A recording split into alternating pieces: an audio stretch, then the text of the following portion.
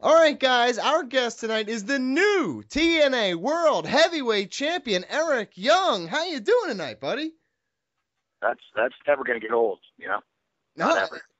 I bet, man. Well, listen, let's start right off. Last night on Impact Wrestling, you won the TNA World Heavyweight Championship. You've been with this company for over a decade. You were finally able to capture the highest title in the company.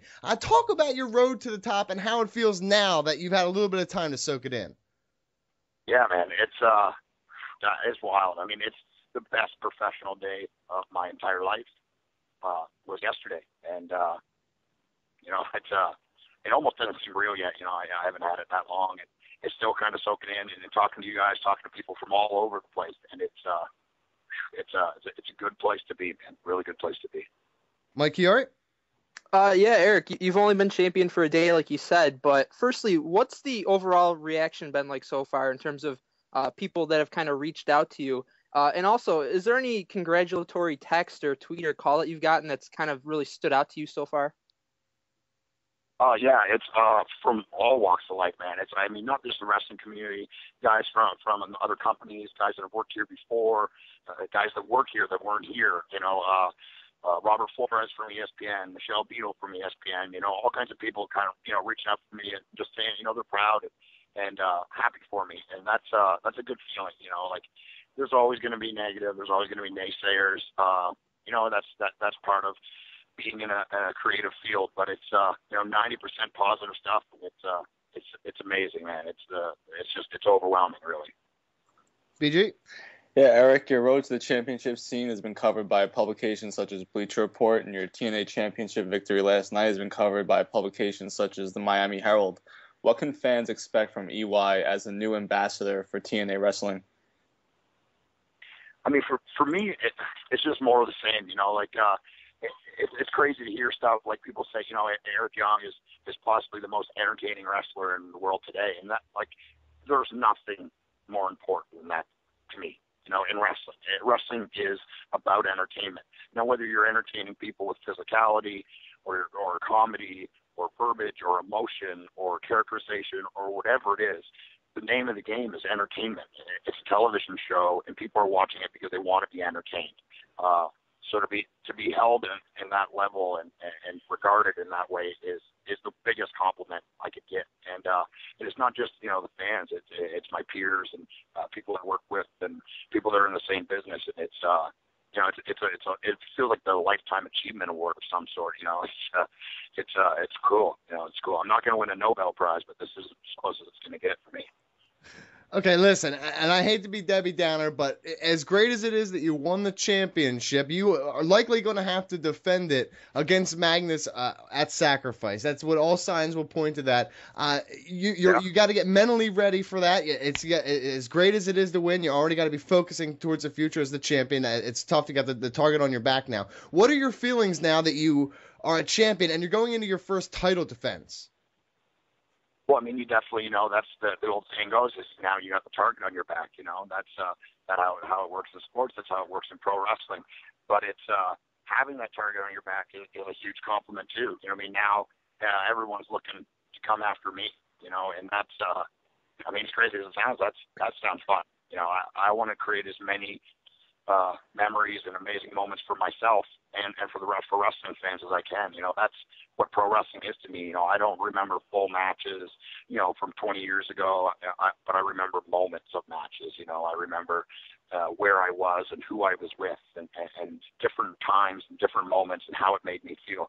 And I'm ready to do that as World Heavyweight Champion. That's my number one goal, is to have as many amazing matches and memories as I can possibly make while I have this belt.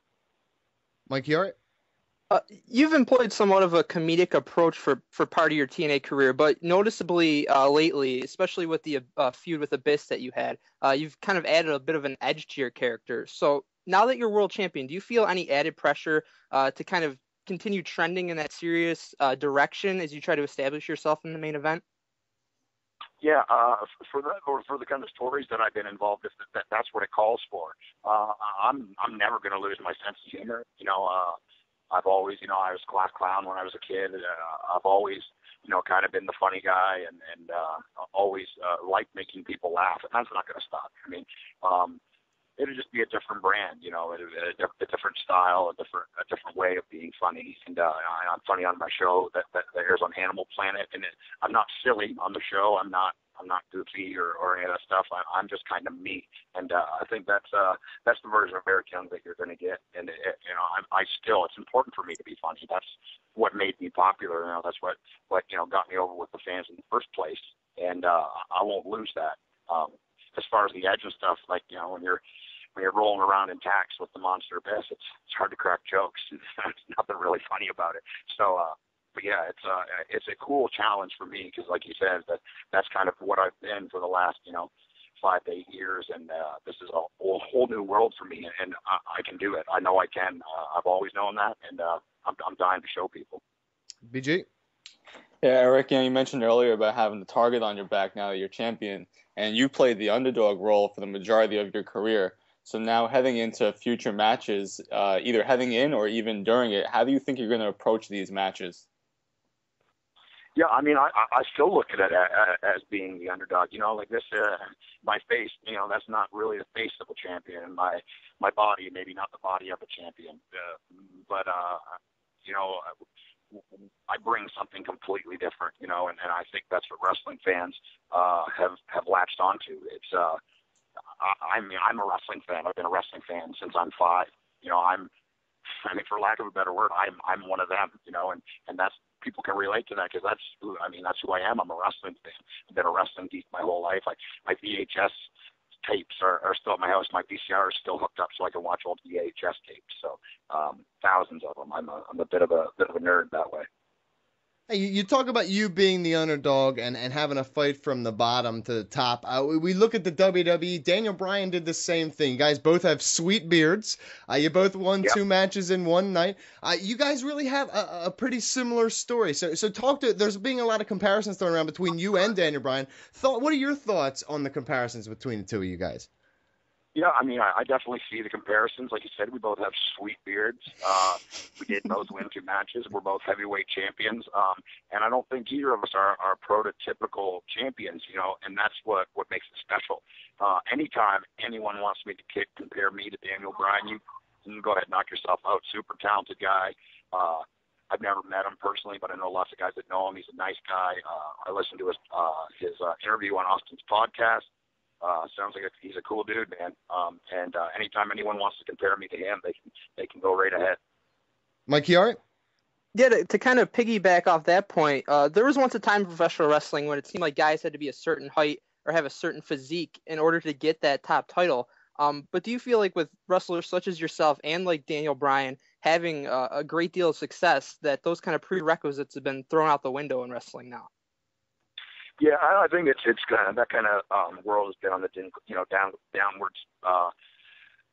What is the word I'm looking for? Spiral. It's not as prominent as it used to be. It's Jericho and Eddie Guerrero and guys like that kind of opened the door for guys my size and Daniel Bryan's size. You know, it's not so much about being 6'5" and this massive person anymore. You know, I'm not a huge guy. But you know, I'm a good size, and I'm about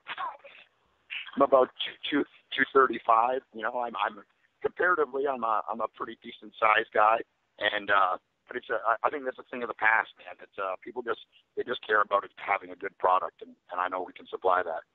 Okay, well, let's wrap this up with one final question here. One of the projects you have going on now, besides your run as TNA World Champion, which I assume is going to take up a whole bunch of your time now, is on Animal Planet as host. You did Off the Hook Extreme Catches. It's a pretty wild and unique show. I got to watch some of it. Talk to us about your experience on that show and what the differences are between the wrestling world and working in the television world like that. I mean, basically, the comparisons are they're both on TV, and then that's about it, man. It's 2 completely different worlds, man. It really is. And, I mean, the sad truth is, you know, you guys being wrestling fans too, is in mainstream, you know, I mean, wrestling maybe doesn't get the respect it should. That, you know, TNA alone put out 114 hours of original content last year. That's pre-production, shooting it, post-production, and then putting it on television. That's a feat. Like that's an amazing feat for a staff that is the size it is, and the WWE does probably double that. So it doesn't get the respect that it deserves in mainstream media, but wrestling fans are loyal to a T, and part of why I think the Off the Hook from Animal Planet did so well was wrestling fans will watch pro wrestlers do anything. They didn't have to be fishing fans or Animal Planet fans. They just knew I was a pro wrestler and followed me to the channel, and I think it's going to work both ways. Okay, listen, Sacrifice is Sunday, April 27th. You're likely to challenge or defend your championship. Please tell the fans where they can find anything, any of your merchandise, you on Twitter, anything like that. Yeah, any of the TNA stuff, shoptna.com. Twitter is at ShowtimeEY. I answer as many people as I can. Don't get mad at me if I don't answer. It just means that I missed it or I haven't looked at my phone all day, which can happen. Sometimes I'm in the woods and I have no cell service and I'm shooting some weird show where I'm fighting a alligator or something cool like that. So, that's it. ImpactWrestling.com, the website. Watch it on Spike TV every week. I appreciate you guys, man. It's been a cool day for me. Yeah, and listen, man, we're very happy as wrestling fans. It's a cool day when we see a guy who's put as much into this business. They talk about guys paying their dues in the business, and Eric Young, you've paid your dues. We really appreciate your time today. Thanks for coming on the show, man. Thanks a lot, guys.